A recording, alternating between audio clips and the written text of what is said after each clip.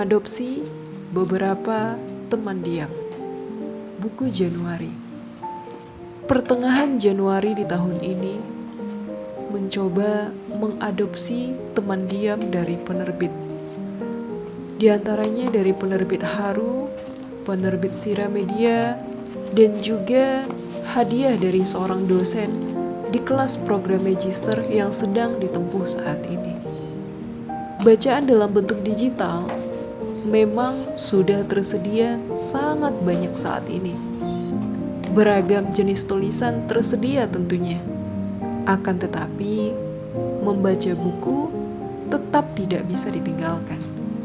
Aroma kertas yang khas, lembar demi lembar yang dibalik menghadir candu. Duduk diam dengan buku di tangan, ditemani secangkir minuman kesayangan, merupakan sebentuk keindahan yang berbalut ketenangan di tengah riuh dan sesaknya dunia. Teman diam itu adalah yang pertama adalah buku karya penulis Korea Kim Sang-hyun yang berjudul Siapa yang Datang ke Pemakamanku Nanti. Di halaman belakang bukunya tertulis, siapa yang datang ke pemakamanku saat aku mati nanti?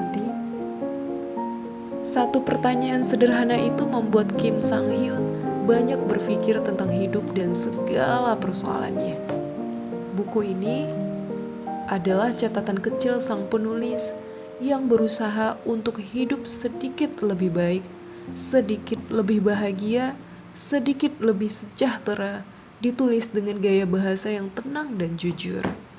Kim Sang-hyun mencoba menyampaikan kehangatan, memberikan penghiburan, dan menumbuhkan kekuatan bagi pembaca untuk menjalani hidup, meraih mimpi, juga mengatasi kekecewaan dan berbagai perkara hidup sehari-hari. Dan buku kedua berjudul What's Identity, karya James D.F.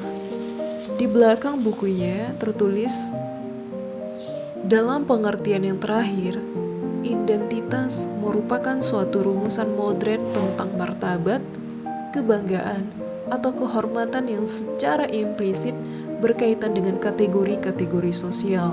Pernyataan ini berbeda dan lebih konkret dibanding penjelasan-penjelasan standar yang ditawarkan oleh para ilmuwan politik. Saya beranggapan bahwa pengertian ini memungkinkan kita memahami dengan lebih baik bagaimana identitas dapat membantu menjelaskan tindakan-tindakan politik dan makna di balik klaim-klaim bahwa identitas-identitas terbentuk secara sosial. Terakhir, saya menganggap bahwa analisis bahasa sehari-hari merupakan perangkat yang berguna dan barangkali yang paling penting dalam menjernihkan konsep-konsep dalam ilmu sosial yang memiliki akar-akar kuat dalam percakapan sehari-hari, suatu peristiwa yang paling umum dan biasa. Buku ketiga berjudul The Just and Other Story, karya Albert Camus dan kawan-kawan.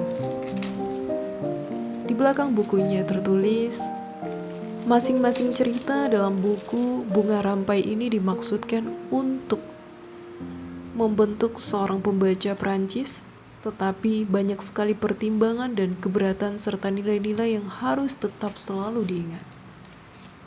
Paling dominan di sini ialah keinginan untuk memilih sebuah karya sebagai perwakilan dari sejumlah besar penulis Prancis dan memilih sebuah karya yang belum pernah atau jarang dimasukkan ke dalam antologi. Kumpulan cerita ini menawarkan berbagai variasi yang layak dipertimbangkan dalam hal gaya, filsafat, dan aliran kesusastraan. Jarak yang terentang antara Voltaire dan Albert Camus kurang lebih 200 tahun.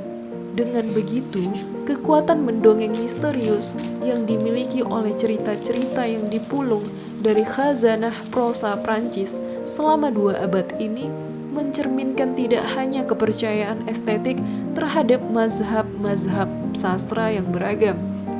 Lebih dari itu, yakni keasyikan pengetahuan atas peradaban Prancis dalam bentangan masa ini menyangkut masalah-masalah metafisika dan psikologi manusia. Dan buku yang terakhir berjudul Keberagaman Islam Nusantara, Respons atas Isu-isu Kontemporer, yang ditulis oleh Bapak Dr. Rumadi Ahmad. Selamat datang di lembarku teman-teman diam.